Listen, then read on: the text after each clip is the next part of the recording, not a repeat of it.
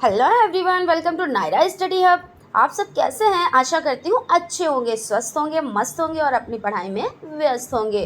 मैं नायरा स्वागत करती हूँ आप सबका अपने YouTube channel Naira study hub पर। तो फ्रेंड्स देखिए, सबसे पहले अगर आप हमारे चैनल पर नए हैं तो चैनल को सब्सक्राइब ज़रूर कर लें और बेल आइकन को भी ज़रूर प्रेस कर दें, जिससे आने वाली वीडियोज़ आप तक पहुँच सकें। और फ्रेंड्स हो सके तो कम से कम आप अपने 5 फ्रेंड्स में वीडियो ज़रूर शेयर किया कीजिए, जिससे उनको भी बेनिफिट मिल सके। देखिए, हम लोगों ने कल के वीडियो में क्या पढ़ा था, तो सबसे पहले उसको देख लेते हैं। उसके बाद आज क्या पढ़ना है उसके बारे में जान लेते हैं। तो हम लोगों ने व्यंजन यानी कॉन्सोनेंट्स पढ़े, व्यंजनों का वर्गीकरण पढ़ा। उसमें देखिए क्या क्या पढ़ा, उसमें स्पर्श व्यंजनों को पढ़ा, अंतस्थ व्यंजन को पढ़ा और देखिए ऊष्म व्यंजन को पढ़ा। ऊष्म व्यंजन कितने होते हैं? तो 4 होते हैं, शा, सास, पिछड़ी शा और हा। फिर उसके बाद लुंठित व्यंजन पढ़े जिसमें रा होता है। लुंठित व्यंजन में पार्श्विक व्यंजन पढ़े जो ला होता है। पार्श्विक व्यंजन कौन सा होता है? तो ला होता है। फिर उच्छिक व्यंजन पढ़े, अन्य संघर्षी पढ़े, अनुनासिक व्यंजन पढ़े और उसके बाद हलंत वर्ण पढ़े। फिर उसके बाद हम लोगों ने विसर्ग देखा और शब्द यानी वर्ड को पढ़ा, शब्द का अर्थ देखा, शब्द के भेद देखे और रचना उत्पत्ति के आधार पर पढ़ा। और उसके बाद देखिए रूढ़ शब्द पढ़े और योग रूढ़ शब्द पढ़े। आज हम लोग देखिए क्या पढ़ेंगे, तो आज हम लोग अर्थ के आधार पर शब्द के प्रकारों को पढ़ेंगे। और देखिए क्या पढ़ेंगे हम लोग, पर्यायवाची शब्द, समानार्थी शब्दों को पढ़ेंगे, फिर समान प्रतीत होने वाले शब्दों को पढ़ेंगे और प्रयोग विकार के आधार पर शब्दों को पढ़ेंगे और भी चीज़ों को पढ़ेंगे, वो भी डिटेल से और सीरियल वाइज। तो चलते हैं, देखते हैं आज का जो फर्स्ट पॉइंट है, यानी कि अर्थ के आधार पर शब्द के प्रकार। तो अर्थ के आधार पर शब्द निम्न प्रकार के होते हैं। इसमें देखिए सबसे पहले आपका हो जाता है सार्थक शब्द। तो जिन शब्दों का कुछ अर्थ होता है उन्हें सार्थक शब्द कहते हैं, जैसे खाना, सोना, बैठना, उठना, चलना आदि। यानी कि कहने का मतलब ये है कि उन शब्दों को सार्थक शब्द कहते हैं जिनका कुछ अर्थ होता है, ठीक है ना। उसके बाद निरर्थक शब्द देख लेते हैं, जैसे कि नाम ही से पता चल रहा है। पहले इसको देख लेते हैं, उसके बाद समझते हैं। निरर्थक शब्द जिन शब्दों का कोई उद्देश्य या अर्थ ना निकले, यानी कि जिन शब्दों का कोई उद्देश्य या अर्थ ना निकले उन्हें क्या कहते हैं? तो उन्हें निरर्थक शब्द कहते हैं। निरर्थक मतलब बिना अर्थ के, जैसे पानी के साथ वाणी और चाय के साथ वाय निरर्थक शब्द है। तो इसी तरह से आप देख लें कि जैसे कुछ लोग कहते हैं ना कि खाना वाना दे दीजिए या पानी वानी दे दीजिए, तो पानी तो पानी हो गया यानी जल हो गया, खाना मतलब खाना हो गया, लेकिन वाणी ये एक निरर्थक शब्द हो गया। तो उम्मीद करती हूँ आप लोगों को बहुत अच्छे से समझ में आ गया होगा। उसके बाद देखते हैं एकार्थी शब्द। ये वे शब्द हैं जिनका प्रयोग एक ही अर्थ के लिए किया जाता है, जैसे पुस्तक हो गया, घर हो गया, गाय हो गई आदि। उसके बाद चलते हैं नेक्स्ट पॉइंट की तरफ, अनेकार्थी शब्द। अब देखिए नाम ही से पता चला अनेक मतलब बहुत से। तो अनेकार्थी शब्द जिन शब्दों में से एक शब्द के अनेक अर्थ प्रतीत होते हों, जैसे अतिथि, साधु, मेहमान, यात्री, अमृत, हार, हरि। तो अतिथि मीन्स क्या होता है? अतिथि का मतलब होता है मेहमान ही होते हैं, लेकिन बिना तिथि के, तो ये अतिथि हो जाता है। उसी तरह से साधु, मेहमान, देखिए मेहमान भी अतिथि या जैसे गेस्ट, इन्हीं को कहते हैं। उसके बाद देखते हैं विलोम शब्द। विलोम शब्द किसे कहते हैं? जो शब्द उल्टा अर्थ देते हैं उन्हें विलोम शब्द या विपरीतार्थक शब्द कहा जाता है। जैसे देखिए उल्टा का मतलब जैसे अच्छा का बुरा हो गया, लड़का का लड़की हो गया, इस तरीके के जो उल्टे अर्थ देते हों उन्हें क्या कहते हैं? तो उन्हें विलोम शब्द कहते हैं, जो आप लोगों को बहुत अच्छे से पता है। जैसे देख लेते हैं आदि का क्या हो जाता है, तो आदि का अंत हो जाता है। उसके बाद सत्य का असत्य हो जाता है, यश का अपयश हो जाता है, सुख का दुख हो जाता है, निम्न का उच्च हो जाता है। यानी कि विलोम उनको कहते हैं जो उल्टे हो जाते हैं, यानी जो विपरीत अर्थ प्रकट करते हो उनको विलोम शब्द कहते हैं। जीवन का क्या हो जाता है, तो जीवन का मरण हो जाता है। उचित का अनुचित और अनुराग का विराग। उसके बाद देख लेते हैं पर्यायवाची शब्द यानी समानार्थी शब्द। इनको जो पर्यायवाची शब्द है इन्हें क्या कहते हैं, इन्हें समानार्थी शब्द भी कहते हैं। देख लेते हैं जिन शब्दों के अर्थ में समानता होती है उन्हें क्या कहते हैं। देखिए नाम ही से पता चल रहा है समानता होती है तो समानार्थी शब्द होते हैं या पर्यायवाची शब्द उनको कहते हैं। इस प्रकार के शब्दों के अर्थ में समानता होते हुए भी सूक्ष्म विविधता होती है। सूक्ष्म विविधता मतलब बहुत बारीक सी मतलब अंतर होता है, यानी कि विभिन्न परिस्थितियों, घटनाएं, विशेषताएं, प्रयोग आदि के आधार पर भिन्न भिन्न नाम रखे जाते हैं जो एक दूसरे का पर्याय बन जाते हैं। जैसे देख लेते हैं उदाहरण में, जैसे कमल का हो गया तो कमल का देखिए जलज भी कह सकते हैं, सरोवर, नीरज, अरविंद आदि कह सकते हैं। पानी का जल, नीर, अम्बुज, पंकज, ये सब आप क्या कह सकते हैं, पानी में कह सकते हैं। उसके बाद देख लेते हैं आँख का, देख लेते हैं नेत्र, लोचन, नयन आदि, ये आँख के पर्यायवाची शब्द हो जाते हैं।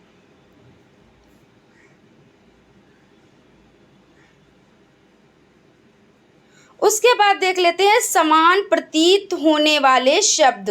वे शब्द जो प्रतीक अर्थ रखने वाले होते हैं, थोड़ी सी भिन्नता से अनेक अर्थ अलग अलग हो जाते हैं। जैसे कि देख लेते हैं अनल, देखिए अनल मीन्स आग होता है और अनिल मीन्स वायु होता है। तो इसमें ऐसा लगता है कि आम बोलचाल की भाषा में ऐसा लगेगा कि एक ही है, लेकिन ये दोनों अलग हैं। अनल तो आग हो जाता है और अनिल वायु हो जाता है। उसके बाद योग, योग मीन्स जोड़ हो जाता है। जैसे कहते नहीं है कि 2+2 तो इनका योग करो, तो योग का मतलब जोड़ हो जाता है। अब दूसरे योग, योग मतलब मिलान हो जाता है। फिर उसके बाद राज है तो राज मतलब रहस्य हो जाता है और राज्य तो प्रदेश हो जाता है। देखिए अंतर थोड़ा सा है लेकिन उसका अर्थ बदल जाता है। तो इसे क्या कहते हैं, तो इसे समान प्रतीत होने वाले शब्द कहते हैं। उसके बाद प्रयोग विकार के आधार पर देख लेते हैं। तो प्रयोग आधार के विकार पर रूपांतर के आधार पर शब्दों के दो भेद किए गए हैं। विकारी शब्द वे शब्द जो लिंग, वचन और कारक आदि के अनुसार बदलते रहते हैं विकारी शब्द कहलाते हैं। क्या मतलब हो गया कि देखिए वे शब्द जो लिंग, वचन और कारक आदि के अनुसार बदलते रहते हैं, मतलब जैसी परिस्थिति होती है उसके अकॉर्डिंग बदल जाते हैं, तो उन्हें क्या कहते हैं, तो उन्हें विकारी शब्द कहते हैं। जैसे मैं पुस्तक पढ़ रहा हूँ, देखिए यहाँ पे मैं पुस्तक पढ़ रहा हूँ तो इसमें इसी को जब लिंग परिवर्तन करते हैं तो मैं पुस्तक पढ़ रही हूँ, पहले क्या था, पहले पुल्लिंग था, अब क्या हो गया, अब स्त्रीलिंग हो गया कि मैं पुस्तक पढ़ रही हूँ और मैं पुस्तक पढ़ रहा हूँ। अब इसको देख लेते हैं कि यदि वचन बदल दिया जाए, वचन देखिए एक वचन, बहुवचन, अगर वचन बदल दिया जाए तो क्या पढ़ा जाएगा, तो वे सब पुस्तकें पढ़ रहे हैं, ये आपका हो जाएगा। उम्मीद करती हूँ बहुत अच्छे से समझ में आ गया होगा। फ्रेंड्स अगर आप हमारे चैनल पर नए हैं तो चैनल को सब्सक्राइब ज़रूर कर लें और बेल आइकन को भी ज़रूर प्रेस कर दें, और वीडियो अच्छी लगे तो एक लाइक भी ज़रूर कर दें। देखते हैं विकारी शब्द 4 प्रकार के होते हैं। अब विकारी शब्दों के प्रकार देख लेते हैं। तो विकारी शब्दों के प्रकार में सबसे पहले आपका हो जाता है संज्ञा। ये आप लोग बचपन से पढ़ते चले आए हैं, इसमें बहुत ज़्यादा आप लोगों को मतलब पहली बात तो आप लोगों को याद ही होंगी और बहुत अच्छे से, जैसे संज्ञा, सर्वनाम, विशेषण, ये सब आप लोगों को बहुत अच्छे से पता है, फिर भी मैं आप लोगों को पढ़ाए देती हूँ। संज्ञा किसी व्यक्ति, वस्तु या स्थान के नाम को कहते हैं। संज्ञा किसे कहते हैं, कि जो आपके चारों तरफ जो चीज़ें हैं, जैसे कोई व्यक्ति है, कोई वस्तु है, कोई स्थान है, तो वो सब संज्ञा हो जाती हैं। तो जैसे उदाहरण में देख लेते हैं, कुछ के उदाहरण यहाँ पे देखेंगे, क्योंकि उदाहरण तो बहुत सारे हो जाएंगे ना। देखिए, राम हो गया, यानी कि किसी का नाम, कोई भी नाम, कोई ज़रूरी नहीं कि राम ही है। राम हो गया, लक्ष्मण हो गया, सीता हो गई, कोई भी नाम हो तो वो आपका क्या होता है, वो संज्ञा होती है, यानी कि नाउन होता है। उसके बाद पुस्तक, तो पुस्तक कोई सी भी हो, अब यहाँ पे पुस्तक आ गई तो पुस्तक में हर तरह की किताबें आ गई। कुत्ता, यानी कि एक पशु है, लेकिन कोई भी पशु हो। उसके बाद आगरा, अब ये आगरा एक शहर का नाम है, आगरा हो गया, दिल्ली हो गई, लखनऊ हो गया, कोई भी शहर हो वो आपका क्या है, संज्ञा है, यानी कि नाउन है। उसके बाद सर्वनाम को समझ लेते हैं, जो शब्द संज्ञा के स्थान पर प्रयुक्त होते हैं, यानी कि संज्ञा के स्थान पर प्रयुक्त होने वाले शब्दों को सर्वनाम कहते हैं। जैसे मैं, तुम, वह, यहाँ, हम आदि। जैसे देखिए, यहाँ पे पहले संज्ञा में हम लोगों ने क्या पढ़ा, हम लोगों ने पढ़ा कि राम, यानी कि किसी का भी नाम। अब उस नाम की जगह पे हमने नाम नहीं लिया, हमने कहा तुम, या हमने अपने आप को कहा मैं, तो ये क्या हो गया, ये हो गया सर्वनाम।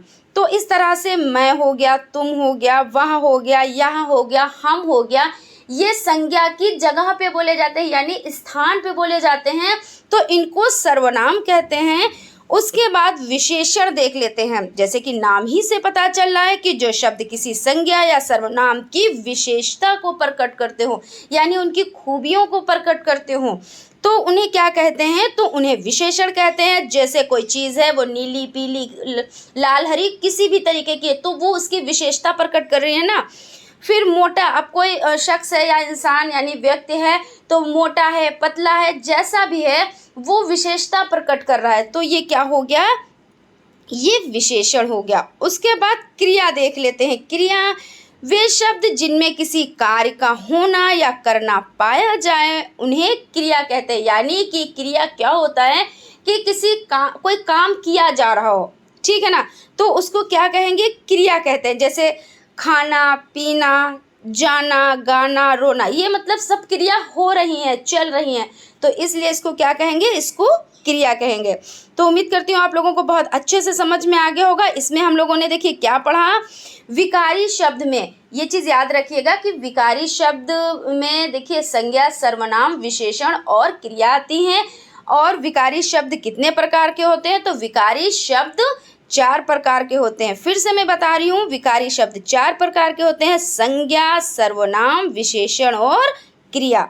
उसके बाद देख लेते हैं अविकारी शब्द। तो अविकारी शब्द जो शब्द लिंग वचन कारक के अनुसार नहीं बदलते हैं, यानी कि देख लीजिए कि ये बदलते नहीं हैं किसी के अनुसार, वे अविकारी शब्द कहलाते हैं।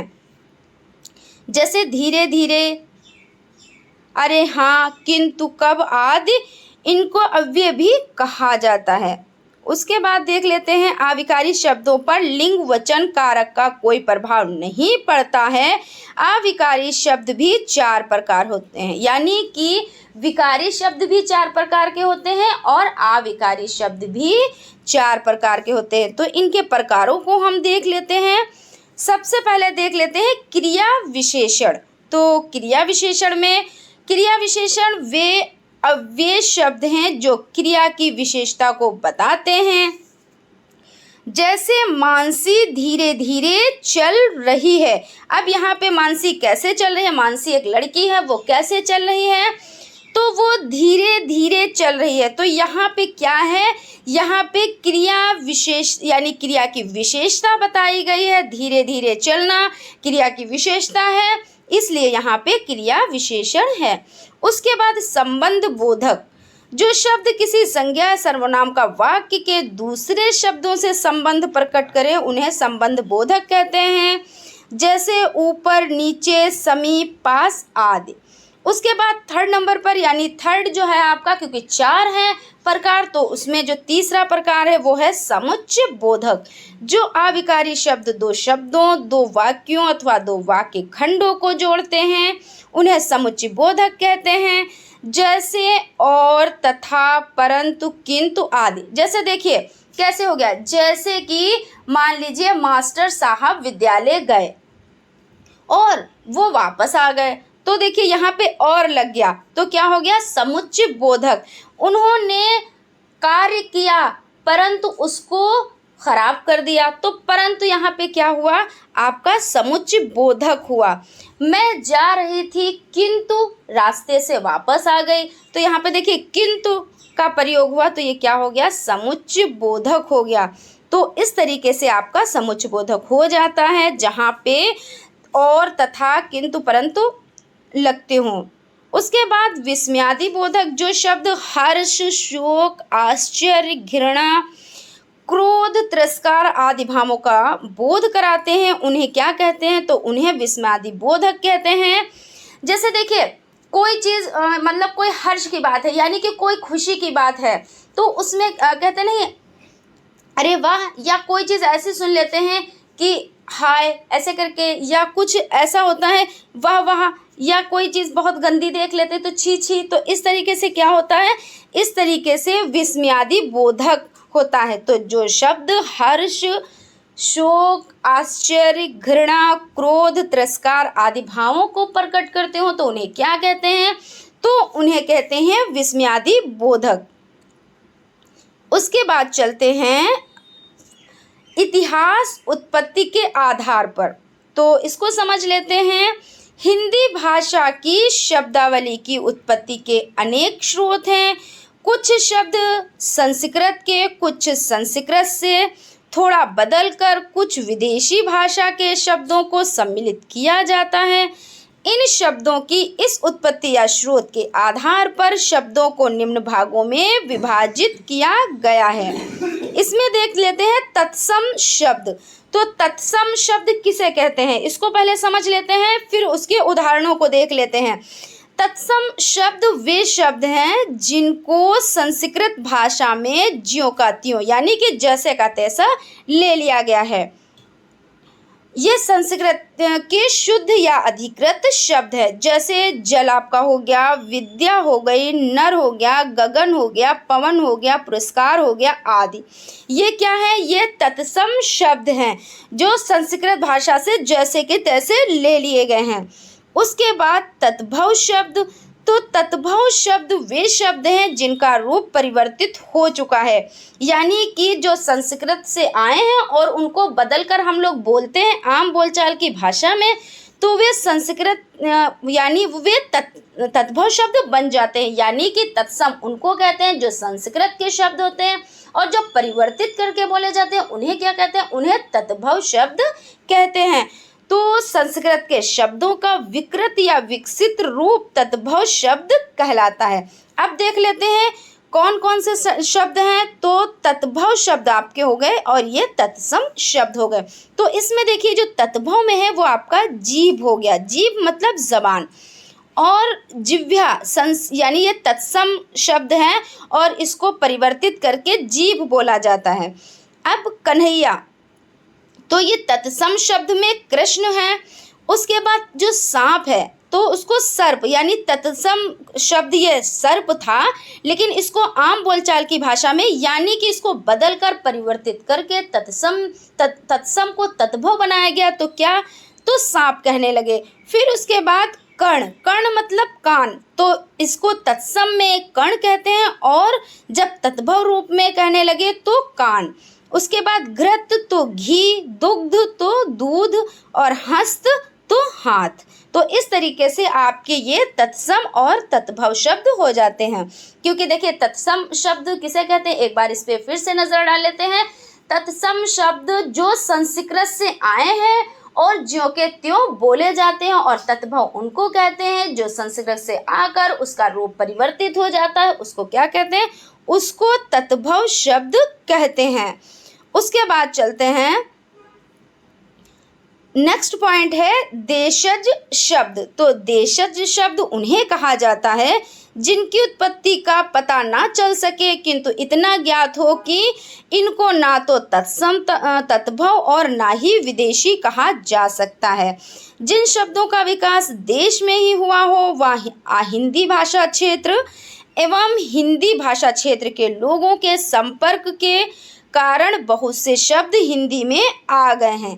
कौन कौन से आ गए? जैसे बंगला से आए शब्द। अब ये बंगला से आए हैं, देखिए गल्प हो गया, उपन्यास हो गया, ये बंगला से आए हुए हैं। मराठी यानी महाराष्ट्र से आए हुए शब्द कौन कौन से हो जाते हैं? तो चालू, बाजू आदि शब्द महाराष्ट्र यानी मराठी से आए हुए हैं।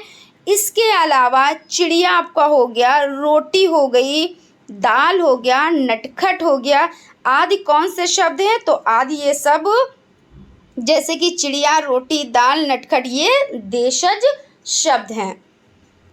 उसके बाद देख लेते हैं विदेशी शब्द। तो विदेशी शब्द उन्हें कहा जाता है जो बाहर से आए हैं और देश में अंग्रेज़ों एवं मुसलमानों का राज रहा व उनके संपर्क के फलस्वरूप बहुत विदेशी भाषाओं के शब्द हिंदी में आ गए हैं। वे शब्द उन्हें हमने विदेशी भाषा से ग्रहण किया है। उनमें से कुछ इस प्रकार है, तो देख लेते हैं। फारसी भाषा के शब्द। तो फारसी भाषा में देखिए दुकान हो गया, चाकू हो गया और अदालत, ये आपके कौन से शब्द हैं? तो ये फारसी भाषा के शब्द हैं।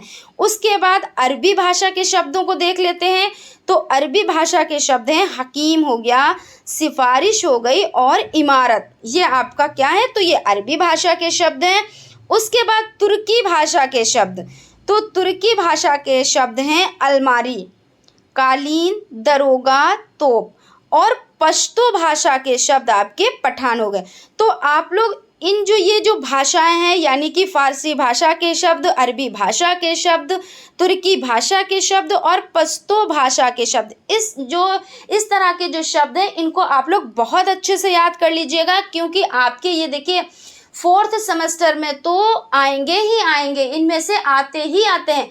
प्लस आपका सुपर टेट, सी टेट, इनमें भी इस तरह के क्वेश्चंस और टेट इनमें भी आपके ये क्वेश्चंस पूछे जाते हैं। तो इसलिए आप लोग इनका बारीकी से अध्ययन कीजिएगा और बहुत अच्छे से इनको याद कीजिएगा। उसके बाद देखिए फ्रांसीसी भाषा के शब्द। तो फ्रांसीसी भाषा का जो शब्द है वो आपका कारतूस है। कारतूस आपका कौन सा शब्द है? तो फ्रांसीसी भाषा का शब्द आपका हो जाता है। उसके बाद देख लेते हैं अर्ध तत्सम शब्द। तो ये शब्द तत्भव और तत्सम के बीच में आते हैं, यानी कि अर्ध तत्सम। तो देखिए नाम ही से पता चल रहा है कि आधा है तो मतलब अर्ध है, तो तत्सम और तत्भव के बीच का है। तो इस वर्ग के शब्दों का उल्लेख बहुत से भाषावेत्ताओं जैसे ग्रियर्सन, चटर्जी तथा धीरेन्द्र वर्मा करते हैं। कृष्ण का किशुन या किशन जैसे शब्द ही अर्ध तत्सम या अर्ध तत्भव हैं। इनको देख लेते हैं। फिर उसके बाद देख लेते हैं द्विज या शंकर शब्द। तो शंकर शब्द किन्हें कहते हैं? जिनमें दो भाषाओं का प्रयोग होता है, उनको क्या कहते हैं? उन्हें शंकर शब्द कहते हैं। जैसे अभी हमने बताया कि 2 भाषाओं के सम्मिश्रण से बने शब्दों को द्विज या शंकर शब्द कहा जाता है। जैसे डबल रोटी और शीतला बख्श, ये आपके क्या हो जाते हैं? ये आपके शंकर शब्द हो जाते हैं। उसके बाद आपके अनुकरणात्मक शब्द, वे शब्द जिनका निर्माण पशु पक्षियों की ध्वनि के अनुकरण से किया जाता है। जैसे आपका हो जाता है टप टप, कोई चीज़ टपक रही है, जैसे बूंद टपक रही है तो क्या हुआ? टप टप। या बिल्ली बोल रही है म्याऊं म्याऊं, या कुत्ता बोल रहा है भौं भौं, या कौवा बोल रहा है काव काव, ये अनुकरणात्मक शब्द हो जाते हैं। देखिए फ्रेंड्स, आज यहीं तक देखिए हम लोगों ने क्या पढ़ा उसको रिपीट कर लेते हैं कि हम लोगों ने सबसे पहले देखिए अर्थ के आधार पर शब्द के प्रकारों को पढ़ा। तो उसमें कौन क्या क्या पढ़ा? उसमें हम लोगों ने सार्थक शब्द पढ़े, निरर्थक शब्द पढ़े, एकार्थी शब्द पढ़े और अनेकार्थी शब्दों को पढ़ा और विलोम शब्द पढ़े। उसके बाद विलोम शब्दों के उदाहरणों को देखा। फिर हम लोगों ने पर्यायवाची शब्द यानी समानार्थी शब्दों को पढ़ा, उसमें हम लोगों ने उदाहरणों को भी पढ़ा और इनको डिटेल में पढ़ा। फिर उसके बाद हम लोगों ने देखिए क्या पढ़ा? हम लोगों ने समान प्रतीत होने वाले शब्द पढ़े, उनके उदाहरणों को देखा और उसके बाद प्रयोग विकार के आधार पर देखा। फिर विकारी शब्द 4 प्रकार के होते हैं। इसमें देखिए विकारी शब्द 4 प्रकार के होते हैं, ये पढ़ा। इसमें संज्ञा पढ़ी, सर्वनाम पढ़ा, विशेषण पढ़ा और क्रिया पढ़ी। उसके बाद अविकारी शब्द कितने प्रकार के होते हैं ये भी पढ़ा। उसके बाद देख लेते हैं और क्या पढ़ा, इतिहास उत्पत्ति के आधार पर। उसमें तत्सम शब्द देखे, तद्भव शब्द देखे, इनके उदाहरणों को हम लोगों ने पढ़ा। फिर देशज शब्द पढ़े और विदेशी शब्दों को हम लोगों ने पढ़ा। फिर देखिए अर्थ तत्सम शब्दों को पढ़ा, द्विजसंकर शब्द पढ़े और अनुकरणात्मक शब्दों को हम लोगों ने पढ़ा। तो फ्रेंड्स आज यहीं तक। आप लोगों को हमारी वीडियो कैसी लगती है प्लीज़ कमेंट ज़रूर करें। हमारे चैनल को लाइक करें, सब्सक्राइब करें और बेल आइकन को भी ज़रूर प्रेस कर दें जिससे आने वाली वीडियोस आप तक पहुंच सके। और फ्रेंड्स अगर इसके आप लोगों को नोट्स PDF में चाहिए तो आप लोग हमारे टेलीग्राम चैनल से जुड़ जाएं जो आपको लिंक वहाँ प्रोवाइड हो जाएगा। तो फ्रेंड्स आप लोगों को नोट्स अच्छे से मिल जाएंगे, वो भी आपको फ्री में मिलेंगे। उसके लिए आपको कुछ भी पे नहीं करना पड़ेगा। Thank you.